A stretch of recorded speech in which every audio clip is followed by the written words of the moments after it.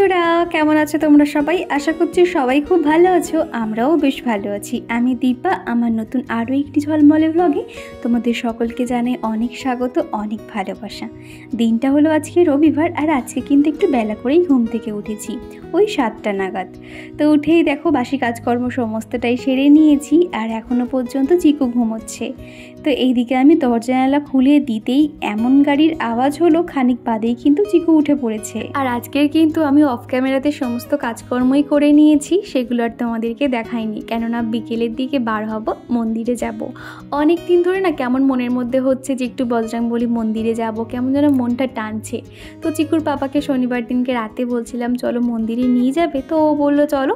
তো সেরকম ভেবেই আর কি প্ল্যানিং করে আছি আজকের বিকেল নাগাদ বার হব।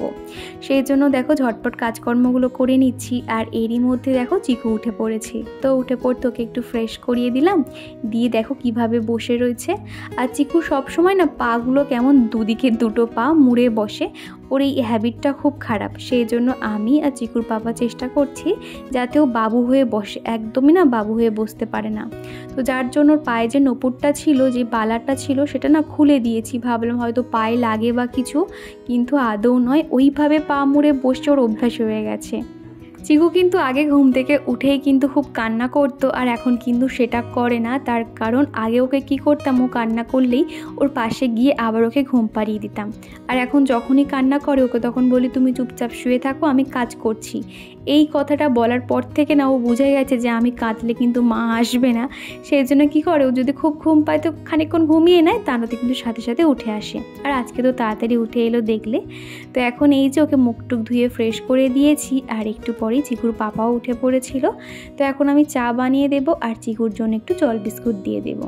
আর চিকু যত বড় হচ্ছে দেখছি আগের থেকে কিন্তু অনেক বোঝার ক্ষমতা হয়েছে, আর প্রত্যেকটা কথা বলতেও পারে। তো এখন ওকে গুড মর্নিং বলতে বলছিলাম, ও কিন্তু খুব সুন্দর গুড মর্নিংটা বলেছে। তো এদিকে দেখো চিকুর পাপাও উঠে যেতে এখন চা বানিয়ে দিচ্ছি। চা খেয়ে ঝটপটও চলে যাবে বাজারে। তো বাজার থেকে মাছ মাংস এগুলো নিয়ে আসবে। আর শনিবার দিন করে কি হয়, সবজি বাজারটা না ওকে দিয়ে আর রাতে করেই আনিয়ে নিই, তাহলে কি হয় সুবিধা হয়। তা নাহলে এই রবিবারের দিনকে ওই মাছ বাজার সবজি বাজার মাংস বাজার একসঙ্গে করতে গেলে না মানে পাক্কা 1 ঘন্টা সময় লেগে যায়। প্রথমে ভেবেছিলাম আজকে বেলার দিকে স্নান করব, তারপরে মনে হলো যে না, সকালেই যখন করি সকালে স্নানটা করি। আর এই যে সকালে ফ্রেশ হয়ে একটা ঠাকুর পুজো করা, তারপর তোমার রান্নাবান্না করা, এইগুলো যেন একটা আলাদাই এনার্জি পাই। তো সেই জন্য ভাবলাম চলো স্নান করে নিই, তারপর রান্নাবান্না করে যদি আবার গরম লাগে তাহলে আবারও একটু গা ধুয়ে নেওয়া যাবে। আমাদের চিকুও ঘুম থেকে উঠে পড়েছে, আর এখন এই যে বিছানায় বসে খেলা করছে। তো এবার আমি যাব গিয়ে রান্নার জোগাড় করব। আর চিকুর পাপাই সবেই বাজারে গেছে, তো দেখা যাক কি আনে। তো নয় বিরিয়ানি হবে, নয় ফ্রাইড রাইস, যে কোনো একটা হবে। তো দেখা যাক আজকে কি বানাতে পারি। এই রবিবারটা আসলে কিন্তু আমাদের একটু ডিফারেন্ট খাওয়ার ইচ্ছে হয়, যেমন ধরো বিরিয়ানি, পোলাও, ফ্রাইড রাইস এই ধরনের মতন বানিয়ে নিই। আর দুটো মানুষ তো এই সমস্ত খাবার বানাতে বেশিক্ষণ সময়ও লাগে না। আর যেহেতু চিকুর পাপ্পা এই ধরনের খাবার খেতে ভালোবাসে, আমারও কিন্তু ভালো লাগে এগুলো বানাতে। আর এখন ভাবলাম ঠাকুর পুজোটা করে নিই, যেহেতু চিকুর পাপা বাজারে গেছে। আর এর মধ্যে ঠাকুর পুজোটা সেরে আমি একটু আদা রসুন পেস্ট করে রেখে দিতে পারবো, আর একটু কিছু পেঁয়াজ ছাড়ানো, কিছু সবজি কাটা, এই কাজগুলো একটু এগিয়ে রাখি। আর আজকে না ঠাকুর ঘরটা একটুখানি উপরটা পরিষ্কার করেছিলাম, আর এই যে কাপড়গুলো দেখছো সেগুলো ভাবলাম একটুখানি সার্ফ জল দিয়ে একটু ভালো করে ঘষে দিই, কেননা সবসময় তো এগুলো লাগে। যেমন ধর ঠাকুর ঘরটা মোছার কাপড়, ঠাকুরের মুখটুকগুলো ঝাড়ার জন্য একটা কাপড়, বা এই ঝুল ঝাড়ার জন্য, সেগুলো আর কি। তো এখন দেখো প্রত্যেকটা কেচে নিয়ে বাইরের দিকটাতে মেলে দিচ্ছি। আর আজকে কিন্তু হাওয়া ফাওয়া একদমই হচ্ছে না বললেই চলে, একটা যেন গুমোট ভাব রয়েছে, প্রচুর গরম লাগছে। আর এই তো চিকুর পাপা এসে গেছে, আর আসার সময় বিনস আনতে বলেছিলাম, ক্যাপসিকাম, আর এনেছে এরকম গাটি কচু। এই গাটি কচুর আলু তরকারিটা কিন্তু দারুণ খেতে লাগে, মাখা মাখা করলে না এই তরকারি দিয়েই কিন্তু ভাত খাওয়া হয়ে যায়। আর গাটি কচু আমার খুব ফেভারিট, ভাবছি সোমবার দিনকে এই গাটি কচু দিয়েই মাছের ঝোল করব। আর এখন এই তো যেগুলো একটু পরেই লাগবে ফ্রাইড রাইসে, তো সেই জন্য আমি প্রত্যেকটা সবজি এই প্লেটের মধ্যে রেখে দিই। আর চিকু তো এই সমস্ত খাবার খাবে না, ওর জন্য একটু ঢেঁড়স আলু দিয়ে মাছের ঝোল করে দেব। চিকু কিন্তু ঢেঁড়স সবজিটা খুব পছন্দ করে, আর ঢেঁড়স দিয়ে তুমি যাই করে দাও বেশ ভালো খায়, হয়তো ঢেঁড়স ভাজা কিংবা মাছের ঝোল এরকম আর কি। তো সেগুলো এখন রেখে দিলাম। আগে ভাবলাম টিফিনটা করে নিই, তারপরে বাদবাকি কাজে হাত দেব। আর আসার সময় বলেছিলাম আখের রস পেলে আখের রস আনবে, কিংবা যদি ডাব পাও তো ডাব নিয়ে চলে আসবে। তো এদিকে দেখো আখের রসটা এনেছি, সেটা এখন ঢেলে নিচ্ছি। তো আমার জন্য আমি 1 গ্লাস নিয়ে নিয়েছি, আর চিকুর জন্য ওই কাপে করে রেখে দিলাম। আর একে তো ওটা জোর করে খাওয়াতে হয়, কেননা চিকু আখের রস খেতে পছন্দ করে না ঠিক। তো এখন আমি খেয়ে নিলাম। আর রবিবার হলে না পেটাই পরোটা আর ঘুগনি আনতে বলি, আর আজকে বললাম সেটা আর আনতে হবে না। আগের দিন রাত্রে না একটু আলুর দম বানিয়েছিলাম, তো সেটা রয়েছে, ওটা দিয়ে মুড়ি মেখে নেব। আমার কিন্তু মুড়ি তরকারি খেতে দারুণ লাগে। আর তার সঙ্গে একটু কাঁচা ঝোল আর একটু চানাচুর নিয়ে নিয়েছি, সব মিলিয়ে কিন্তু টিফিনটা দারুণ হয়েছে। তারপরে কিন্তু একটু পরে আর কি ওই 10:30-11টার দিকে চিকুর পাপা এখন ওকে নিয়ে বেরিয়েছে। এখন চিকুর পাপা দুজনারই স্নান টান হয়ে গেছে। এখন ওই তো কয়েকটা ফল বাজার করে আনতে বলেছি, আর কিছুটা মিষ্টি সন্দেশ ঠাকুরের ফুলও আনতে বলেছি। এইগুলো না রবিবার দিন বিকেলে বাড়ি থাকলেও নিয়ে আসি, আর আজকে যেহেতু থাকবো না, বিকেলের দিকে বার হব, আর আসতে হয়তো লেট হয়ে যেতে পারে বা কখন আসবো ঠিক নেই, সেই জন্য এই কাজগুলো আগেভাগে আনিয়ে রাখছি। আর এখন এই তো আমি রান্নাটাও বসিয়ে দিয়েছি। আর এই যে দেখো পেঁয়াজগুলো এত সুন্দর মানে চপিং হয়েছে, এই যে চপারগুলো না ভীষণ হেল্পফুল, তোমরা কিন্তু এইগুলো একটা করে রাখতে পারো। আর আমি কিন্তু না এটা একটা বড় অর্ডার করেছিলাম। নর্মালি সুতো দিয়ে যেগুলো টানে ওগুলো না একটু ছিঁড়ে যাওয়ার ভয় থাকে বলে আমি উপর থেকে এরকম একটা সিস্টেম নিয়েছি। তো পরের কোনো একটা ভ্লগে এইটার বিষয়ে তোমাদেরকে আরও ডিটেলসে বলে দেব এবং আরও ভালো করে দেখিয়ে দেব। আর এখন আপাতত এটা চপিং করেছি তাই দেখালাম। আর এদিকে না প্রায় 2 ঘন্টা আগে কিন্তু চিকেনটা ম্যারিনেট করে রেখেছিলাম সব রকম মশলা টশলা দিয়ে। তো তারপরে চিকেনটা দিয়ে ওদিকে কিন্তু এখন চিকেনটা হতে থাক। আর এদিকে আমি ফ্রাইড রাইসের জন্য যে সবজিগুলো কেটেছিলাম, তোমার ক্যাপসিকাম, গাজর, বিনস, এগুলো সম্পূর্ণটাই কিন্তু ঘি দিয়ে ভেজে নেব। আর খেতে কিন্তু দুর্দান্ত হয়েছিল। আমি কিন্তু না এই ফ্রাইড রাইস খেতে কিন্তু খুব একটা ভালো না বাসলেও আমার তো বিরিয়ানি ফেভারিট, কিন্তু আজকের এত ভালো খেতে হয়েছে কি বলবো। সাথে না একটা ডিমও দিয়েছিলাম, যার জন্য কিন্তু টেস্টটা আরও দারুণ হয়েছিল। তো সম্পূর্ণটাই কিন্তু আমি ঘি দিয়েই বানিয়েছি বলে হয়তো বেশি টেস্ট হয়েছে। আর একটুখানি মতন সামান্য রিফাইন্ড অয়েল ছিল, ভাজা তেল, সেটা আর কি দিয়েছিলাম। আগের দিন ব্লগে আমার মিষ্টি মিষ্টি বন্ধুরা যারা কমেন্ট করেছিলে তারা হলো Care Family, Mishu Mamon Blog, Malini Chakraborty, Mitali World, Rai, Gopu Sona, Tanu Kitchen and Garden, Hasan Sakin, Tania Naskar, Debarati Sarkar, Poush Sunshine, Mou Ghosh, Riya Devi, Puja Sarkar, Sritama Ghosh, Susmita, Puja Sarkar, Riya Ghosh. তারপরে কমেন্ট করেছিল পাপিয়া, বাবিন, বনশ্রী ঘোষ। তো দিদিভাই বোনেরা তোমাদেরকে অসংখ্য ধন্যবাদ এত সুন্দর আমাকে কমেন্ট করার জন্য। তো তোমাদের কাছে একটাই চাওয়া, আগামী দিনগুলো ঠিক এইভাবে আমার পাশে থেকে যেও। আর এদিকে গাজর, ক্যাপসিকাম, বিনস হালকা ভাজা হয়ে এলে এর মধ্যে কাজু বাদাম দিয়ে দিয়েছি, তারপর একটু দিয়েছি কারি পাতা, তারপরে দেবো একটু ডিম। এইগুলো কিন্তু সব মিলিয়ে একটুখানি বা হালকা ভাজা ভাজা করে নেবো। আর ফ্রাইড রাইসের এই সমস্ত সবজি কিন্তু খুব একটা ডিপ ফ্রাই করলে ভালো লাগে না, একটু কিন্তু সরা সরা মতন রাখতে হয়, তবেই কিন্তু বেশ ভালো লাগে। তো এর উপর দিয়ে একটা ডিম ফেটিয়ে দিলাম, হালকা নড়াচড়া করেই কিন্তু উপর থেকে ভাতটা দিয়ে দেবো। আর এই ফ্রাইড রাইসের চালটা কিন্তু আমি আগেভাগেই ভিজিয়ে রেখেছিলাম, আর ভাতটাও হয়ে গেছে। আর তারপর কি করেছি, এই ঝুড়ির মধ্যে না কিছুটা ভাত আমি ছড়িয়ে দিয়ে ফ্যানের হাওয়ায় শুকিয়ে নিয়েছি, সেই জন্য এত সুন্দর ঝরঝরে হয়েছে, একটার গায়ে একটা কেউ লেগে যায়নি।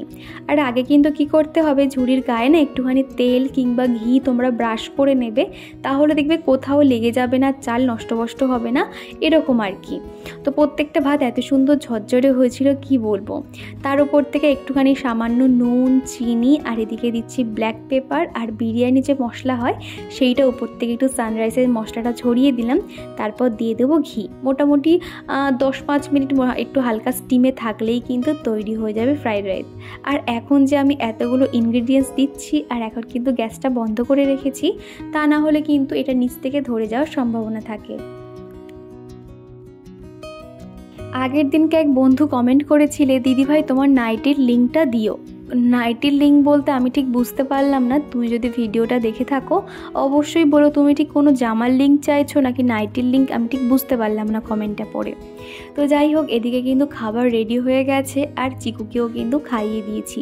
তারপরে সবার শেষে আমরা দুজনে খেতে বসেছি, খাবার রেডি করে নিয়েছি, তার সাথে একটু স্যালাডও নিয়ে নিলাম। তো চলো দুপুরে খাওয়া দাওয়াটা সেরে রান্নাঘর সুন্দর করে পরিপাটি করে গুছিয়েই চলে যাব আমি রেডি হতে। আর আজকে কিন্তু চিকুর পাপা বলেছে 4টের আগেই বার হতে হবে, যেহেতু আমরা বাইকে করে যাব না, গাড়ি করে যেতে হবে, বাসে করে।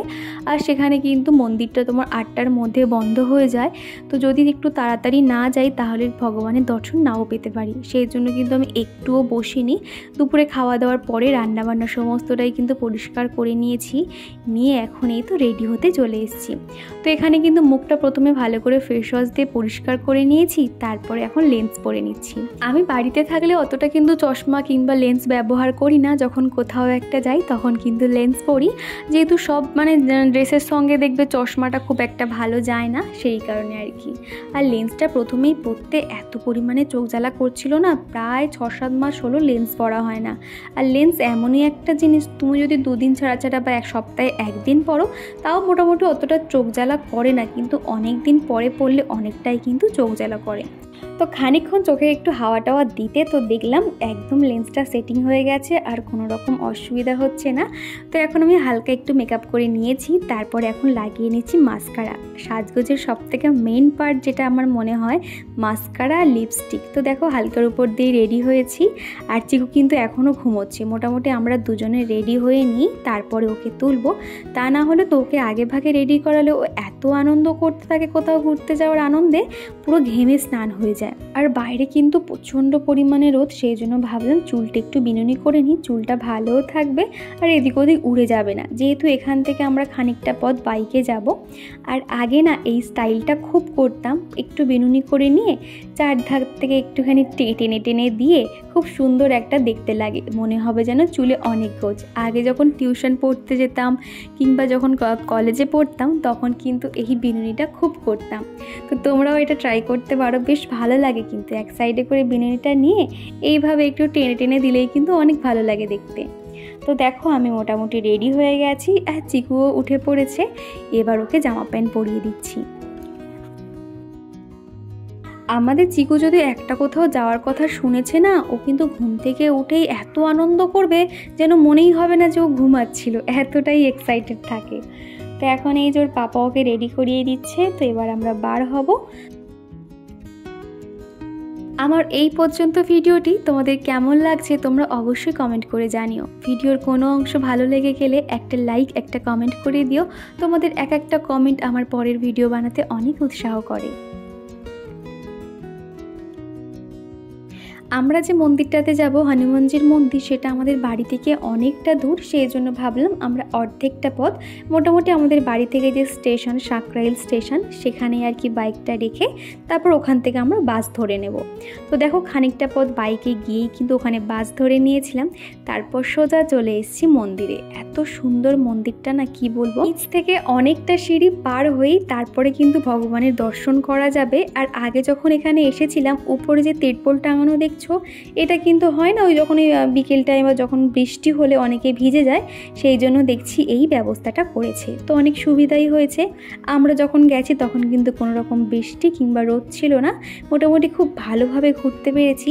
আর ভিতরটা দেখো কত মানুষের ভিড়, বিশেষ করে রবিবার করে তো দেখলাম যে অনেক ভিড়ভাট্টা হয়েছে এখানে। তো এখানে ভগবানকে মন দিয়ে একদম প্রার্থনা করলাম, ভগবানের দর্শন করলাম, বেশ ভালো লাগছিল।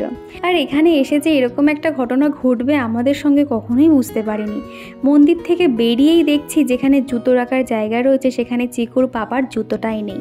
চিকুর পাপার নতুন জুতো এই যে বর্ষাকালে ইউজ করার জন্য না একটা খুব সুন্দর একটা জুতো কিনেছিল, পুরো একদম নতুন বলা চলে, মোটামুটি 2 থেকে 3 বার পায়ে দিয়েছে, সেই জুতোটা কে নিয়ে চলে গেছে। আমরা তো চিন্তায় পড়ে গেছি, এতটা পথ আমরা কি করে যাব। আর আশপাশে কিন্তু সেরকম জুতো দোকান নেই বললেই চলে। আর আজকে যেহেতু রবিবার ছিল না, সেই জন্য কিন্তু প্রচুর ভিড় হয়েছে। ওখানে যারা দারোয়ানরা ছিল ওনাদেরকে যখন বলা হলো, তখন ওনারাও বলছে যে দেখো এই কাজটা লোকাল কেউ করে থাকবে, সচরাচর কেউ কিন্তু বাইরে থেকে যারা আসবে তারা এরকম কেউ করতে যাবে না। তো কি আর করা যাবে, তারপর লাস্টে আমরা এখান থেকে একটা গাড়ি বুক করে নিলাম। তারপরে আমরা জুতো দোকানে চলে এসে জুতো কিনে তারপরে আমরা বাড়ি ফিরেছি। এই যা হলো চিকুর পাপার লাইফে, বা আমাদের সঙ্গে যা হলো, আমরা কখনোই এটা ভুলবো না।